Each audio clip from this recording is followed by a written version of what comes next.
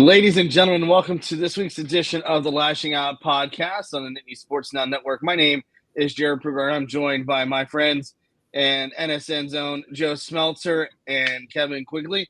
Gentlemen, we are fresh off the bye week. We have lots to talk about. What are some of the things that we're excited to talk about here going into this weekend?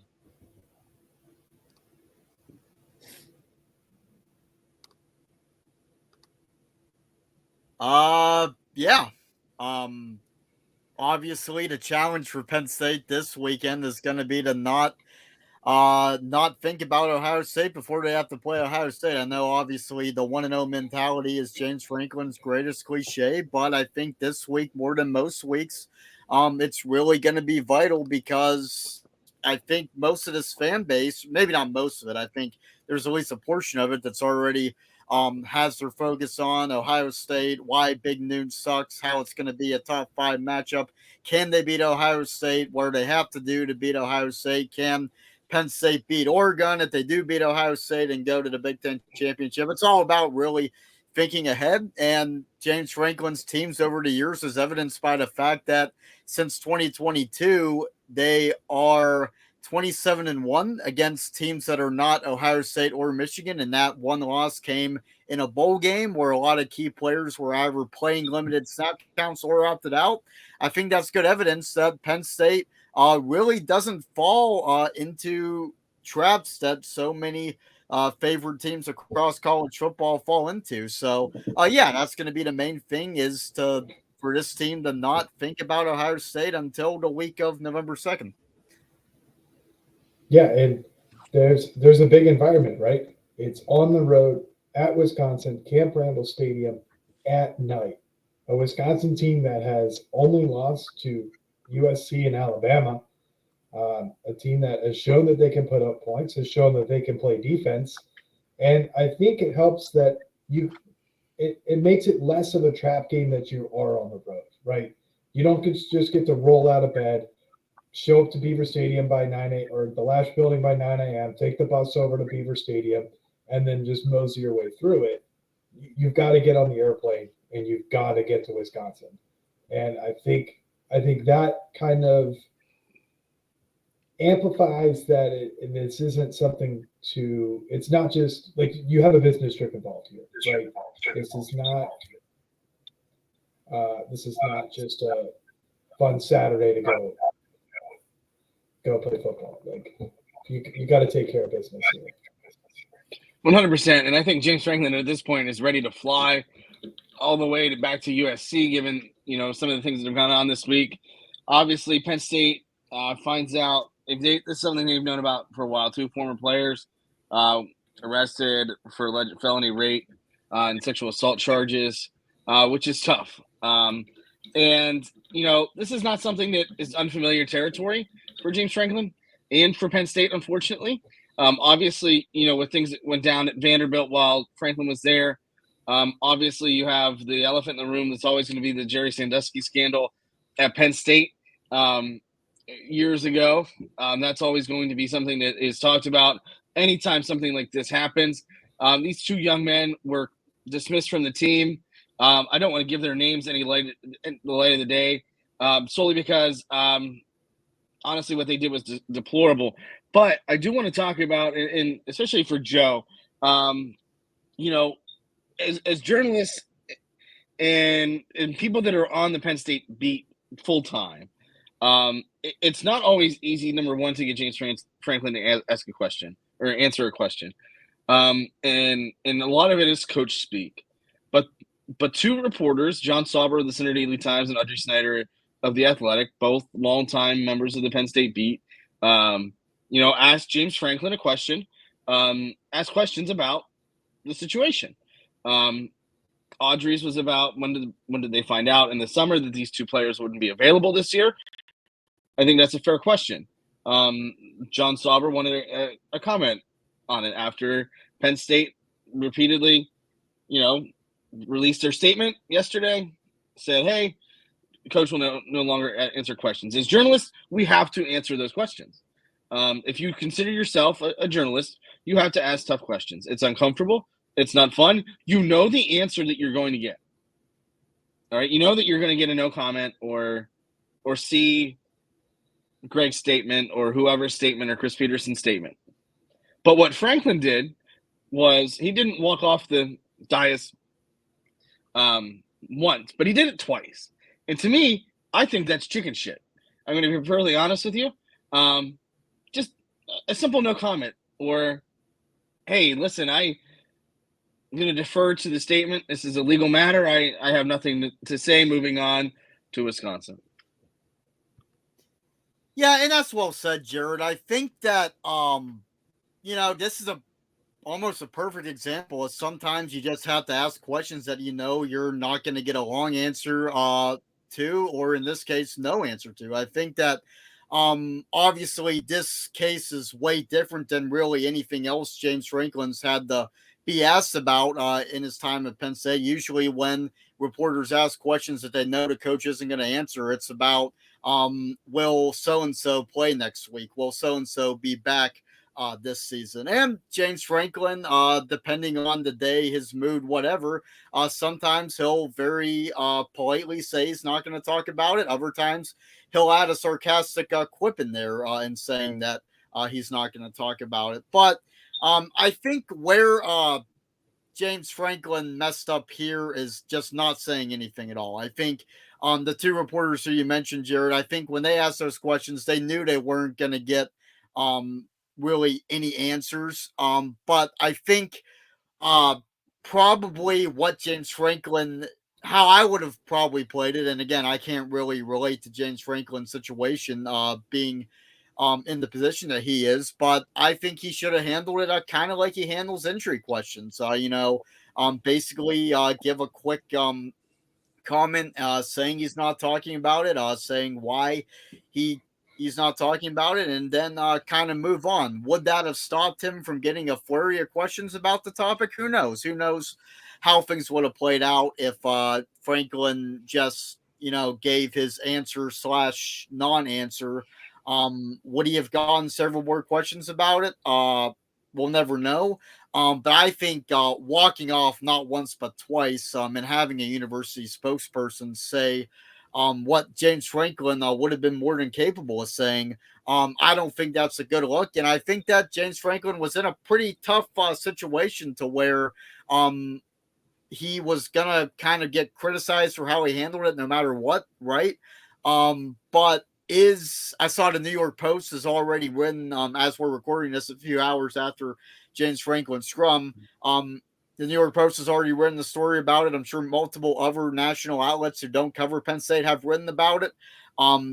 Does it blow up like that if Franklin just gives a non-answer? I don't know if it does. And going back to your original point about journalists, there's topics where we just have to ask questions. And if absolutely nobody on the Penn State beat there had asked about the two dismissed players and the charges that are against them, it would have been a piss poor look for the beat and for journalism. So, it's not fun asking those questions. We know we're not going to get answers. We know there's going to be criticism that comes from people for us asking the questions, but sometimes there's just things you got to ask, whether it's player injuries or in this case, something way more extreme. So I think it was a good look for the Penn State beat that those things were asked about. And I don't think that James Franklin handled the situation very well. I think it could have been handled better, at least with kind of a non-answer, which James Franklin and every D1 head coach, frankly, is an expert in giving non-answers. Exactly, and I think that's the biggest thing. It's not the fact that the questions were asked; they have to be asked. That's perfectly normal. I think, given the fact that that's just our job as journalists, right? Like, you have to ask tough questions. He hasn't been asked very many tough questions. The team is 6-0. They're bowl eligible. They're going to Wisconsin for a tough matchup at Camp Randall, and you know what? It has to be. It has to be asked. Penn State did their job. They got rid of them as soon as they were charged. As soon as they were arrested, they did their part.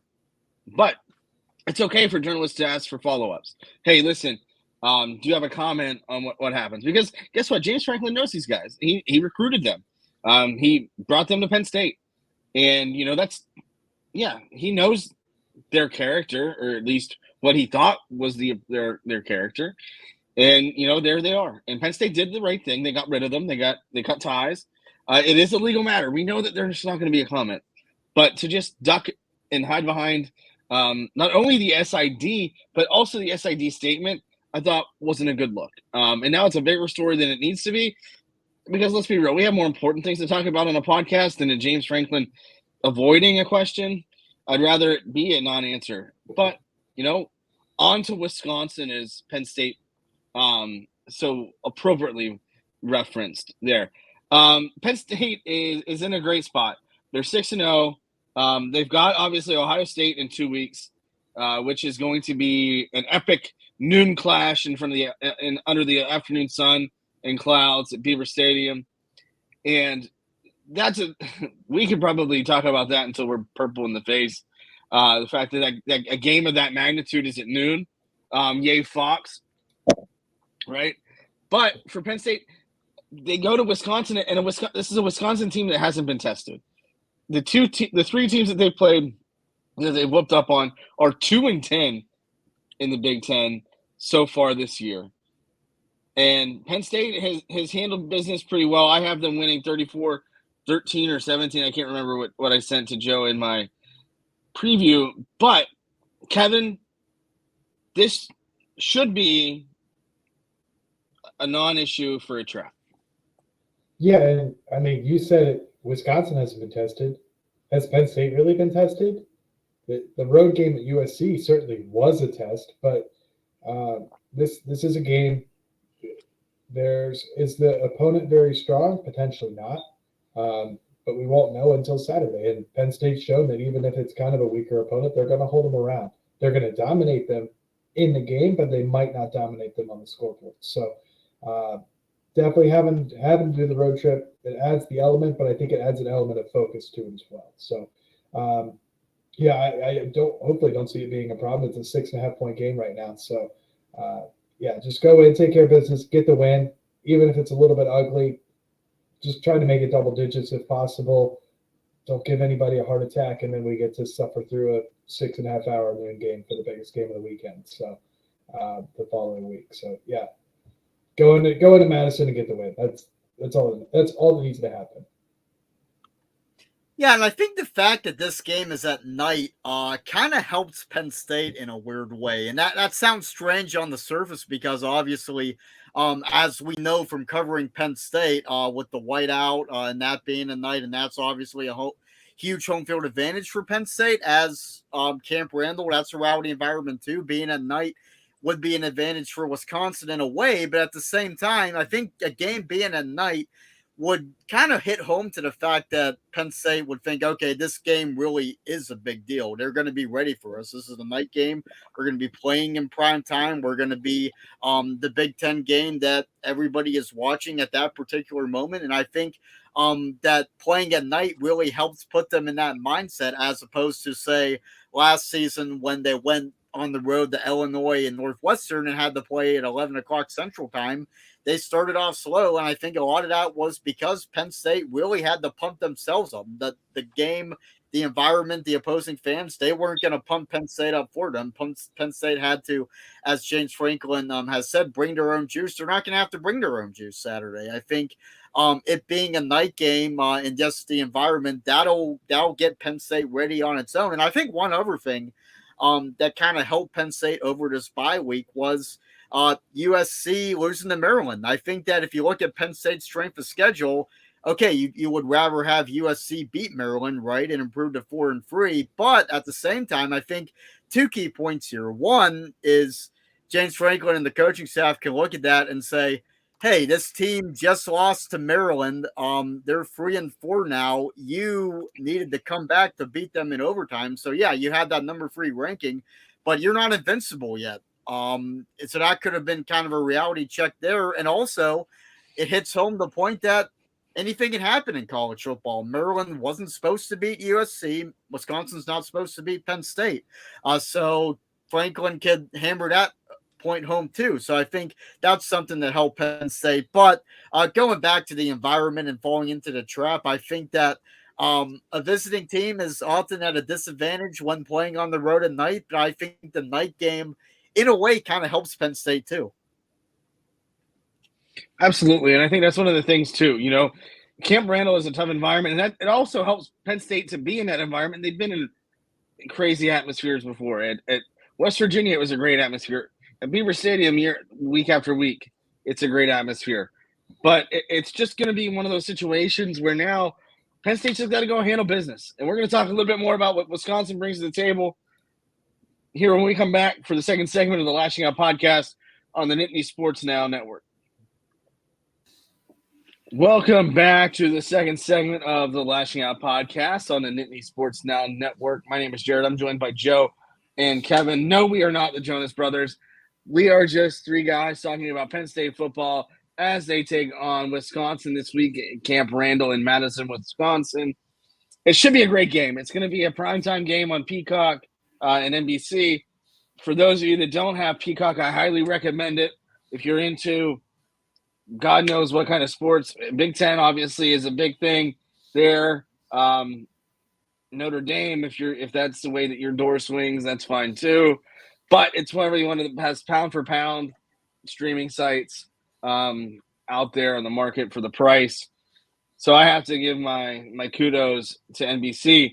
And the games just seem to flow pretty well on NBC. That's not what you get from Big Noon. But again, you reap what you sow. We have 2 weeks to talk about why Big Noon sucks. And then probably even longer than that. But on to Wisconsin. The last time Penn State and Wisconsin played, Penn State won. Graham Mertz, who was the quarterback at Florida, and Sean Clifford were the quarterbacks in that game. That seems like a long, long time ago. And here we are back at it once again. Yeah, and for Wisconsin, they're on their backup quarterback, and with Braden Locke there. So 7 touchdowns, 5 interceptions for him. Not really shown that the offense can be prolific there. It's shown flashes, but it's shown flashes against Purdue and Rutgers. Joe mentioned earlier, it's a night game on Peacock in Camp Randall. There's going to be energy to feed off of. We've seen that, with the helmet headsets, it's kind of lessened the effect of the night crowds there. Joe, one thing I wanted to go back earlier is USC losing to Maryland. It kind of gives them more attention that like road games are just as hard, right? Like the 2-11, 2-12 now for 2 time zones. Wisconsin's only 1 time zone, but there is still an element to that. They're going to be playing at 6:30 local time, 7:30 body time. So Wisconsin's going to have an extra hour advantage in their body clock there. So for a night game, got to make sure your energy is there. Make sure you sleep well the night before, because you're going to have to maintain a high level of focus 11:30 at night with a tough crowd, a lot of noise going on, and you're going to have to use your brain this game. This is not going to be one to mail in. Sounds like the offense is going to get another layer of the onion there. So more tricks, more things that you're just going to have to focus on. And defense, they're going to have to fix the slow starts. What is the narrative if Tom Allen's defense gives up 175, 200 yards in the first half to a Wisconsin offense that's not done anything against a good defense? So, it's going to be come off the bus, be ready to go. And, if the defense can force 2, 3 and outs in the first 3 or 4 drives, like, all right, we got a ball game on our hands. Like, this is going to be good for Penn State. This is going to be a good game for them. If Wisconsin walks down the field and scores on the first drive, oh, brother, what are we in for? Is kind of how I'm going to perceive it in the first 5 minutes of the game.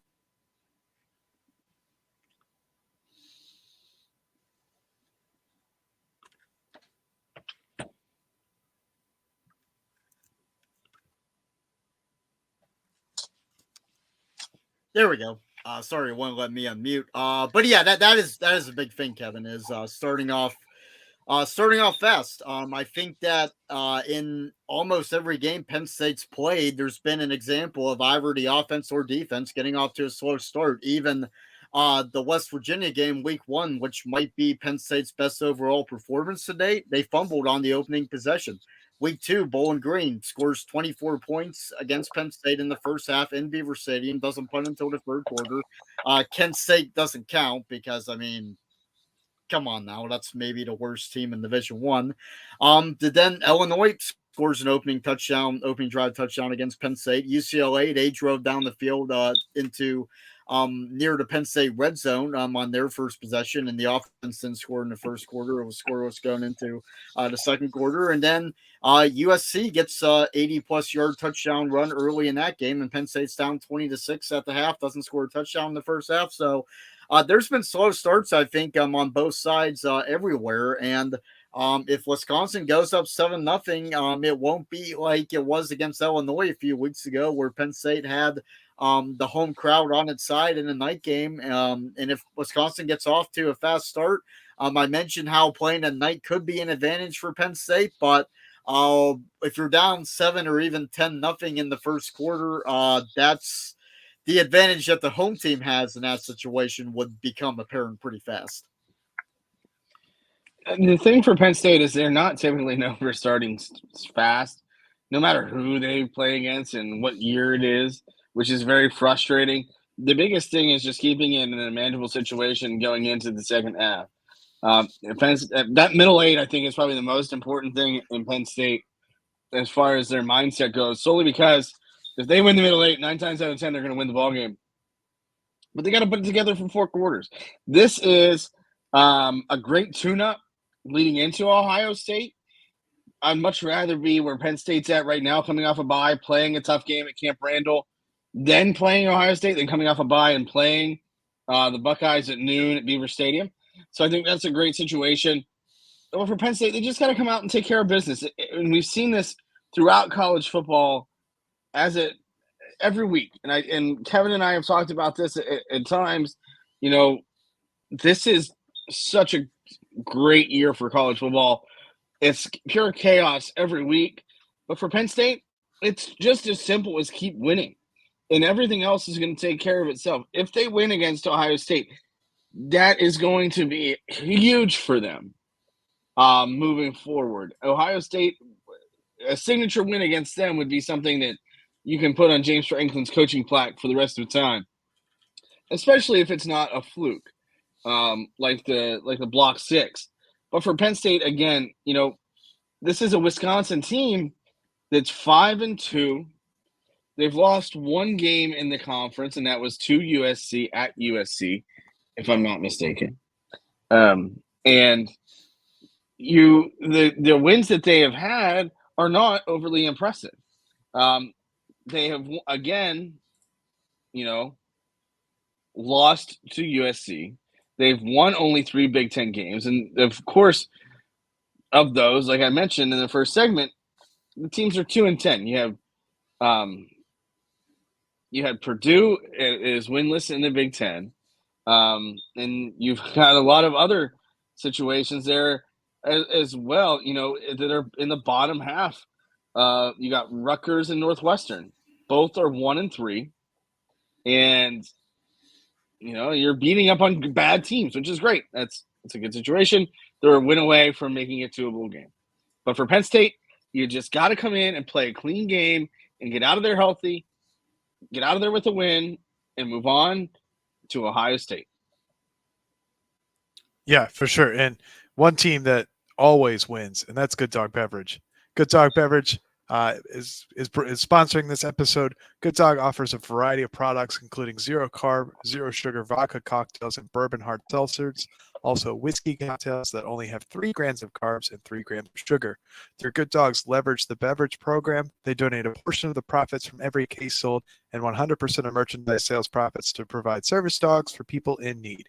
You can go to gooddogbeverage.com. That's good. DOGG beverage.com to find merchandise and the closest retailer carrying Good Dog beverages to you. Closest one for us is probably New Jersey. So if you're in the New Jersey market, go ahead and go and get some Good Dog beverage. And the Wisconsin success that they had against Rutgers was on the ground. Penn State's been susceptible through the air. The strength on defense has been on the ground, and you're going strength against strength. So I think this is a good, favorable matchup for Penn State. So Just go in and take care of business, and then we can whine and complain about Big Noon Kickoff for the next 7 days. And I'll probably whine and complain about Big Noon Kickoff for much, much longer than just 7 days. But yesterday was 8 years for the Block 6. So, yeah, and I know that I'm not sure if I've mentioned this on this podcast or not, but I missed it. I missed the Block 6. I was in the elevator. The Beaver Stadium elevator is notorious for being slow. And with 5 minutes or so left in the game, media members at Penn State are allowed to go down to the field, yada, yada, yada, yada.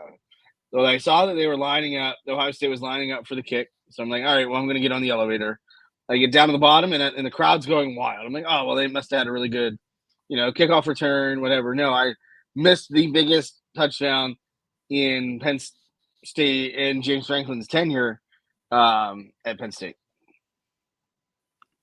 I didn't miss it. I was in as a spectator. I wasn't on the beat yet. I was in my freshman year of college, early in my freshman year of college, sort of first semester, and that was something. I was in the end zone it had to have been the end zone that Grant Haley was running toward, because I would remember if the actual block happened right in front of me. were you in the student section? He was No. not in the student section. He doesn't get a Penn State. He went to Waynesburg. My bad. I did. Yellow Jackets. But it was definitely a fun way to spend fall break. So I had a broken nose in Nittanyville, and I was front row for that one. And that was away. The Ohio State was kicking in the direction of the student section. Yes. So. Yeah, great times, man. And I think the best part is that makes me feel super old. That was my first year on the beat. You guys were still in college. So that's incredible. So we're going to talk a little bit more about life around college football when we come back for the third and final segment of the Lashing Out Podcast on the Nittany Sports Now Network. Welcome back to the third and final segment of the Lashing Out Podcast on the Nittany Sports Now Network. I'm with Kevin, Joe, and I am Jarrod. Gentlemen, let's get into our score predictions. I mentioned 34-13 before. Kevin, what have you got? Just a little game information. Penn State's a 6.5-point favorite, 47.5 over under. Weather is going to be a chilly Wisconsin fall evening. Lows into the upper 30s, so probably about low 40s at kickoff and dipping down to the 30s as we proceed. With that information, I really want to say Penn State's offense is going to explode. I just don't think it's going to happen. So I'm 31-10, which is going to be the under. I'll go a similar score there, Kevin, but a slightly more lopsided. I'll go Penn State 38-10. It's part of it is gut. I'm getting vibes from last season's game at Maryland, where Penn State had to play Michigan the next week, and people were wondering, as they're wondering now, is Penn State going to be thinking about Michigan while they're supposed to be thinking about Maryland? That didn't end up happening. Penn State won 51-15. I don't know if it'll be that much of a bloodbath, but my feeling is that this game won't be close, and it really comes down to what's realistic and what isn't. On Wisconsin's side, they've allowed one total touchdown in the past 3 games. Now, that means one of two things, I think. It means either Wisconsin has to do that against 3 Big Ten teams in a row.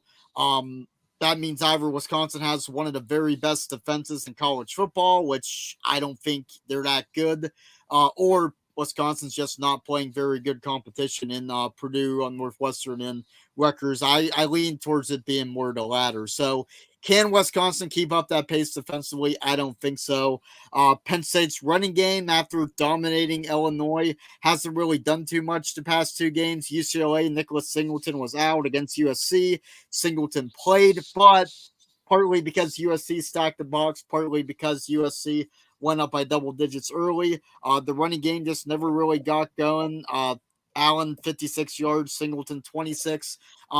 Is it realistic for there to be 3 straight games where Penn State's running game doesn't go off with these 2 guys? I don't think that's realistic. Is it realistic for Drew Aller, who I believe is still on pace to set an NCAA record for fewest percentage of passes intercepted.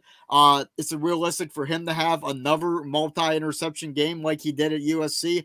I don't think that's too realistic. And frankly, I'll end with Penn State really is due to whoop on somebody. Really, the only time this season where we left the Penn State game thinking, wow, Penn State beat the hell out of that team. And the scoreboard also said Penn State beat the hell out of that team, was beating West Virginia 34-12. I think if you look at the rest of the schedule, again, Kent State's so bad, I don't even count it.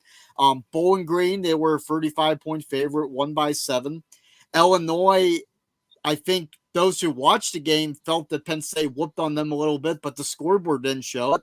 UCLA was the opposite, right? They were up 27-3 in the final minute, but I don't think the people that watched that really felt that Penn State whooped on them. And then USC obviously came down to overtime. So I think with Penn State being 2-4 against the spread and having the players on this team that it does, Penn State's due to really, frankly, beat the hell out of somebody. And I think that's going to happen against Wisconsin. I think the scoreboard's going to show that. So I'll go Penn State 38, Wisconsin 10. That's my final score prediction. I like it. We all have Penn State winning big. Let's go around the country right now. As we are recording this, Liberty 5-0. Nobody's taking them seriously as a group of 5 program to represent by any means. They are currently trailing 0-6 Kennesaw State by 3 with just over a minute left. We'll give you updates as we go on, just because that is, to me, hilarious. Both teams perfect. One team leaves not perfect, or potentially 2 teams not perfect. But going around the country, in the top 25, there are a lot of great games around the country on Saturday. You've got Pitt and Syracuse, which I think is going to be a really good game, which is tough to say about Pitt. That's a primetime game. And there's a cruel irony in Pitt, Syracuse getting a primetime slot while Ohio State and Penn State are middling themselves at noon. My beloved Boise State Broncos play Friday night at 10:30. That Pitt game is Thursday. Yeah, Thursday night, which the Thursday night NFL matchup is Vikings-Rams. So I would say Syracuse-Pittsburgh is probably going to have my attention more, despite any sort of fantasy implications that it could have for me in the NFL. But Pittsburgh really hasn't played anybody. Syracuse has shown the ability to be able to knock off, punch above their quote-unquote weight class. Kyle McCord is, he wasn't really cut out to be the Ohio State quarterback, but he is a above-average Syracuse quarterback. I think it's very fair to say that. And they're developing him. He is continuing to get better, which is something that did not happen at the Ohio State University.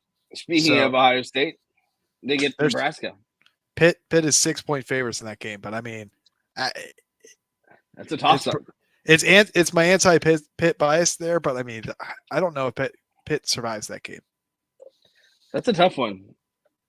That is indeed a tough one. Another game that intrigues me is Notre Dame and Navy. That has playoff implication from a group of 5 and an at-large standpoint. Notre Dame, of course, is in a league of their own, conference-wise. They've got Navy, who's an AAC member. If Navy runs the table, beats Army at the end of the year, they could easily be one of their contenders for a group of 5 spot, which would be certainly unique.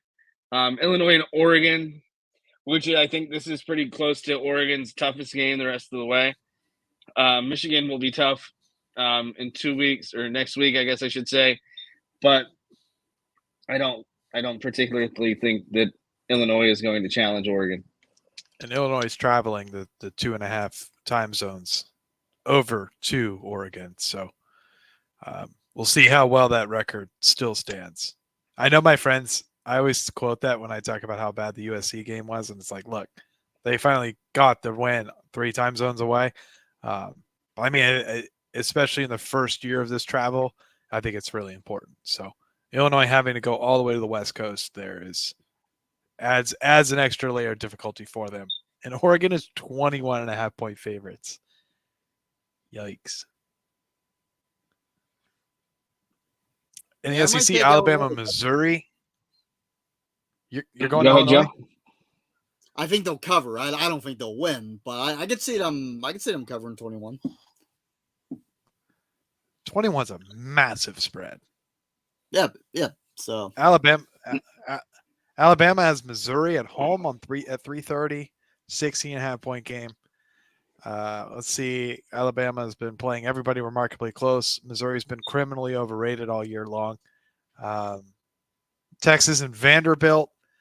Texas has to go to the Valley of Death there. Texas has to go to Nashville. We're all good teams. There's a lot of hopes and dreams that die in Nashville. Most of them are country music related, but it is nice to see it on the football field. It would be incredible if Vanderbilt took down Texas. Take down Alabama and Texas in the same season. That would be one hell of a year for Alabama. Just That's top got to the be the program. best season. Hard to imagine that Texas is 2 in a row, though. Texas.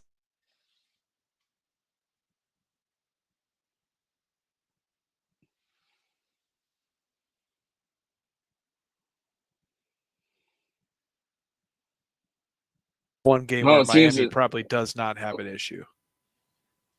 You would think, but it would be hilarious again if Florida State finally showed up for the first time all year. Miami is due to lose, and I'm going to love every second of it solely because I think they should have lost twice already. They do have Duke coming up, and then the end of the season with Syracuse. So they could essentially run the table to the ACC championship game where they probably get a rematch with Clemson. And that right there would be insane. Duke has got SMU. Obviously, you've got LSU, Texas A&M, which is a tough one in the SEC as the SEC just self implodes against each other. But Duke under Manny Diaz is 6-1, not getting much love from around the country, and understandably so. I mean, they haven't really had impressive wins. They beat Elon, Northwestern in overtime. They beat UConn and Middle Tennessee State, and obviously they came back in a big way against North Carolina, lose against Georgia Tech, take down Florida State. But SMU is tough, and I think that's a tough game for the ACC. It'll be very interesting to see what Manny Diaz has cooking against the Mustangs. Yeah, and the Battle of Kansas is also this weekend, so we'll see. We'll see if K-State can continue their winning ways. I think they're kind of leaders in the clubhouse of the Big 12 behind BYU, so interested to see how that goes. The Big 12 is getting interesting. It's definitely not the way I thought it would go at the beginning of the season. Yeah. Tough look for my guy Noah Fafita last week. We didn't really get to do a wrap up from last weekend's game, but tough look from him.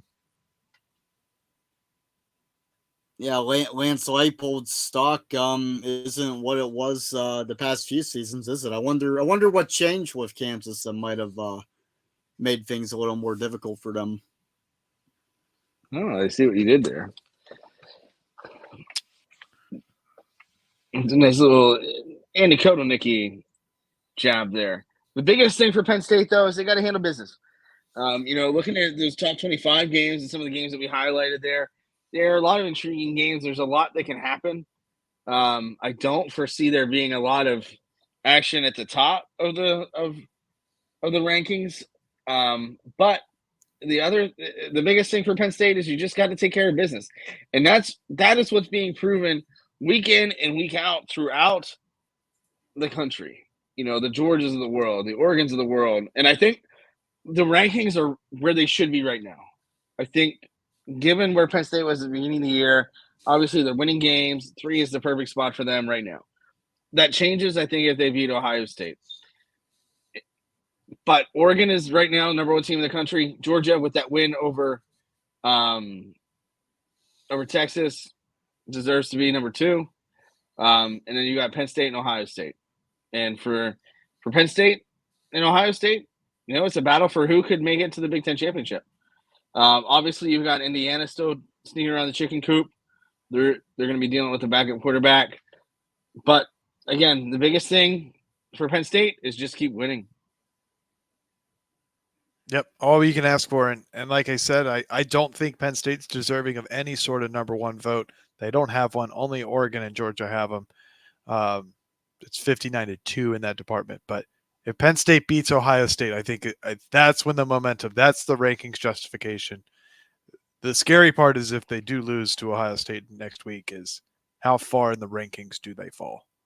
But hopefully this weekend it's not a problem. Going to Madison, going to Camp Randall at night, get the win, and then turn your focus Sunday morning when you get back to State College. Yeah, and if Penn State gets a win this week, I think that virtually clinches the college football playoff spot. Obviously, you have 5 games left, but even if the Ohio State game's a loss, Purdue is absolutely horrendous, the worst team in the Big Ten. You're not going to lose that one. I don't think there's much worry about losing at Minnesota. You're not going to lose to Maryland at home. Washington isn't what they were last year, isn't even close to what they were last year. So I think this is the biggest remaining threat that is in Ohio State. So I think the only way for Penn State to not make the college football playoff is if they end the season with multiple losses. And I think if you get a win over Wisconsin, I don't see a way Penn State doesn't. I don't see a way Penn State does worse than 11-1, and 11-1 obviously gets you in that 12-team field. So that's something that needs to be thought about going into Saturday's game, I think. Yeah, I think that's a very good way to look at it. Obviously, I think 10-2, 11-1 gets you there. 11-1, 12-0 gets you in the Big Ten championship, probably against Oregon. So it'll be interesting to see how the rest of the season plays out. But first, it's beating Wisconsin, and then going from there. Kevin, any parting shots before we go? No, we'll get to it next week. We got a massive parting shot brewing next week. I can guarantee it's about big noon. That's going to stew for about 8 days. Yeah. Joe, what about you? Any parting shots before we go? Yeah, just another thing to keep in mind going into Wisconsin is Harrison Wallace III might just be due for another breakout game. Going back to before the season, even though I think nobody expected Penn State to have a guy in the receivers room do what Jeremiah Smith has done at Ohio State. Nobody expected anything like that. But at the same time, if you were to ask most people to follow Penn State going into the season, who's the number one receiver? I think most people would have said Harrison Wallace. And that first half of the West Virginia game, absolutely dominant. Week 1, 5 receptions, 117 yards, 2 touchdowns, all in the first half. Since then, he hasn't come close to having 100 yards in the game. And yeah, he's going against a pass defense that has given up the third fewest yards in the Big Ten. But if you look at the good quarterbacks Wisconsin has played, Miller Moss for USC had one of his best games of the season, 30 of 45, 308 and 3 touchdowns. And then Jalen Milroe for Alabama went 12 of 17 for 3 touchdowns too in that win. So this is a defense that can be picked apart by a good quarterback. Drew Allar is a good quarterback.